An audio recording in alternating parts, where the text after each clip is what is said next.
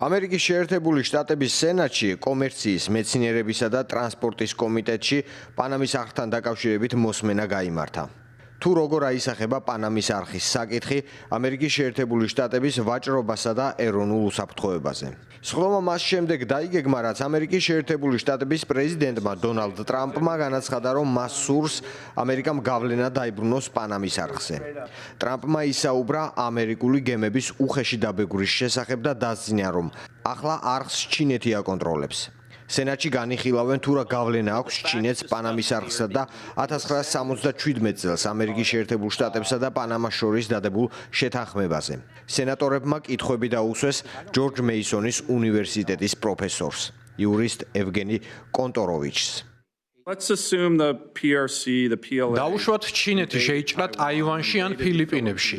ან წამოიწყო ომი სადმე სამხრეთ ჩინეთის ზღვებში და ჩვენ იძულებული ვართ საზღვაო ძალები გადავიყვანოთ ინდო-წყნარი ოკეანის აუზში პანამის არხის გავლით. საინტერესოა იმ ჩინურ კომპანიებს, რომლებიც ახლა პანამის არხს აკონტროლებენ.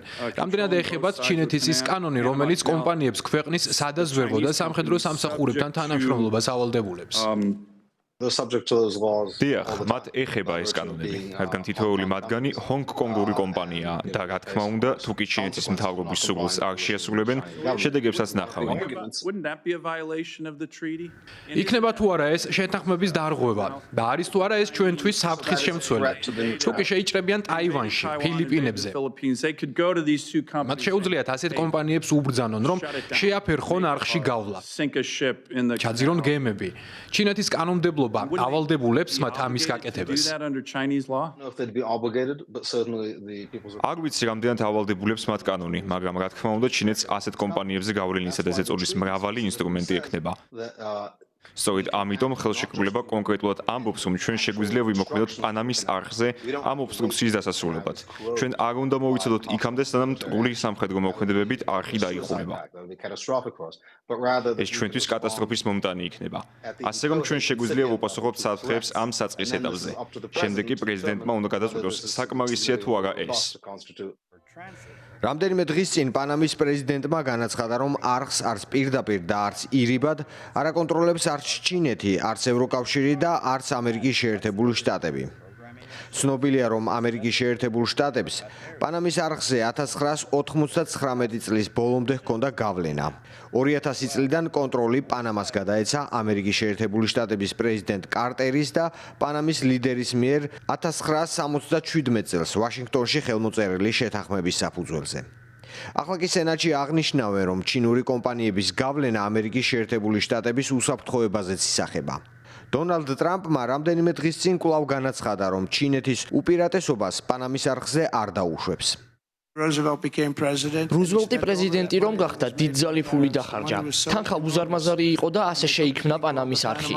თქვენ შეიძლება იცით ამის შესახებ. ეს საკითხი აქტუალური გახდა, რადგან ჩინეთმა ფაქტობრივად ხელში ჩაიგდო ეს და ჩვენ ამას არ დაუშვებთ. არანაირად. ეს იყო უდიდესი ინვესტიცია, რაც კი ოდესმე ჩვენს ქვეყანას გაუკეთებია. სხვა სიტყვებით რომ ვთქვათ, დღევანდელ ციფრებში თუ გადმოვიყვანთ, ამ ხელათანხა ჩვენ არასდროს დაგვიხარჯავს. ასევე 110 წლის წინ 38,000 ადამიანი დავკარგეთ პანამის არხის მშენებლობისას. ამასთან ესაა ყველაზე შემოსავლიანი ინფრასტრუქტურა, რომელიც კი ოდესმე შექმნილა.